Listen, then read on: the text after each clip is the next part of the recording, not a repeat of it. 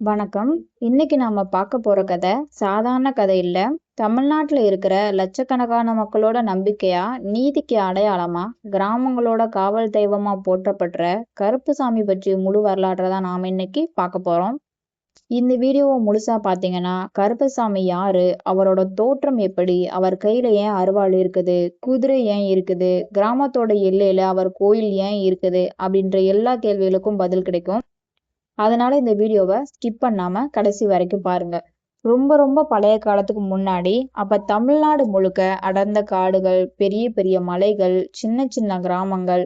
இப்ப இருக்கிற மாதிரி போலீஸ் ஸ்டேஷன், தெருவிளக்கு, சிசிடி கேமரா எதுவுமே தெரியாது. அதனால மக்கள் விவசாயம் பண்ணி தான் வாழ்ந்தாங்க, கால்நடைகள் வளர்த்து வாழ்ந்தாங்க, இயற்கையோடு இணைந்து வாழ்ந்தாங்க. ஆனா அந்த வாழ்க்கை அவங்களுக்கு அவ்வளவு சுலபமா இல்லை. இரவு ஆனா கொள்ளையர்கள் வர்றதும், காட்டு யானை, புலி, கரடி போன்ற விலங்குகள் வர்றதும் சகஜமா இருந்துச்சு.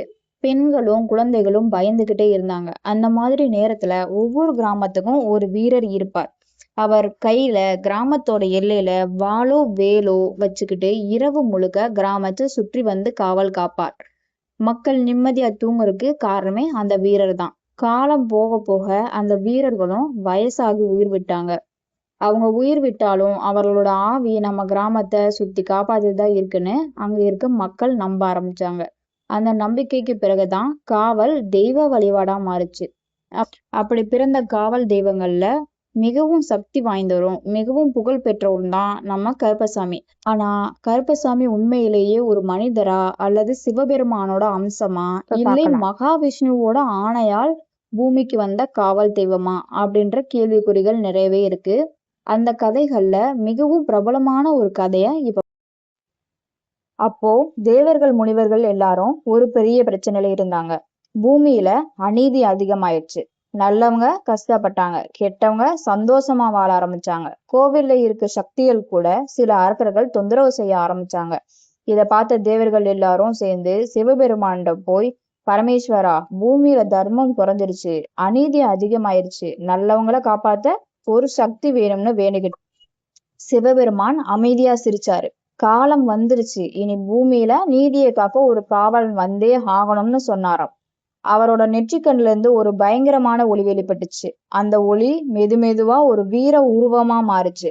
உயரமான உடல், முறுக்கு மீசை, நெற்றியில திருநீரு, கையில் பெரிய அருவாள், இடுப்புல மணி, கால்ல சலங்கை, கண்ல தீப்பொறி. அவரை பார்த்த உடனே தேவர்களுக்கு ஆச்சரியமா இருந்துச்சு. சிவபெருமான் அவரை பார்த்து, நீ இனிமேல் பூமியில தர்மத்தை காப்பவன், உண்மையா வாழ்றவங்களுக்கு துணையா நிப்ப, பொய் பேசுறவங்களையும் அநீதி செய்யறவங்களையும் தண்டிப்ப, கிராமங்களையும் மக்களையும் காப்பது உன் கடமைன்னு அருள் கட்டளை கொடுத்தாராம். அந்த வீரமூர்த்தி தான் கருப்பசாமின்னு சொல்லப்படுற நம்ம கருப்பசாமி கடவுள். ஆனா இதுதான் ஒரே கதை கிடையாது. இன்னொரு பிரபலமான உண்மை கதையும் இருக்கு. அழகர் மலையில இருக்கிற கள்ளழகர் பெருமாளோட காவல் தெய்வம் தான் கருப்பசாமின்னு சொல்றாங்க. அந்த கதை எப்படி ஆரம்பிச்சதுன்னு தெரியுமா? அப்போ மதுரைக்கு அருகில் இருக்கிற அழகர் மலை பற்றி கொஞ்சம் தெரிஞ்சுக்கலாம். இப்போ நம்ம அழகர் கோயில்னு சொல்ற அந்த இடம் ஆயிரக்கணக்கான வருடங்களாக புனித தலமா இருந்துச்சு.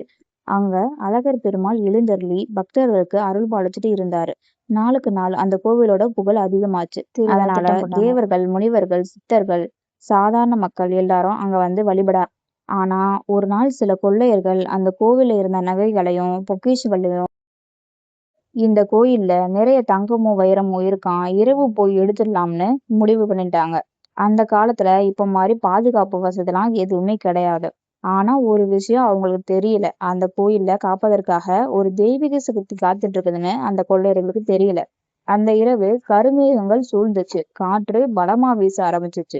கோயில் வாசலை கொள்ளையர்கள் நெருங்கின. கொள்ளையர்களுக்கு திடீர்னு ஒரு குதிரை சத்தம் கேட்டுச்சு. அவங்க திரும்பி பார்த்தாங்க.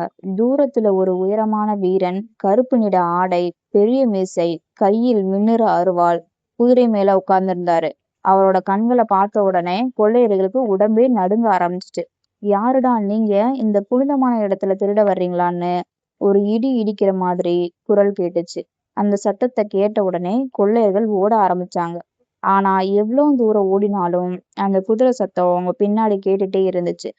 அந்த நாளுக்கு பிறகு யாரும் அந்த கோயில்ல திருட நினைக்கவே இல்லைன்னு மக்கள் சொல்வாங்க. அந்த தெய்வீக காவலர் தான் கருப்பசாமி. அதனாலதான் இன்றும் கள்ளழகர் கோயிலில் பெருமாளுக்கு காவலராக கருப்பசாமி வழிபடுறாங்கன்னு மக்கள் நம்புறாங்க.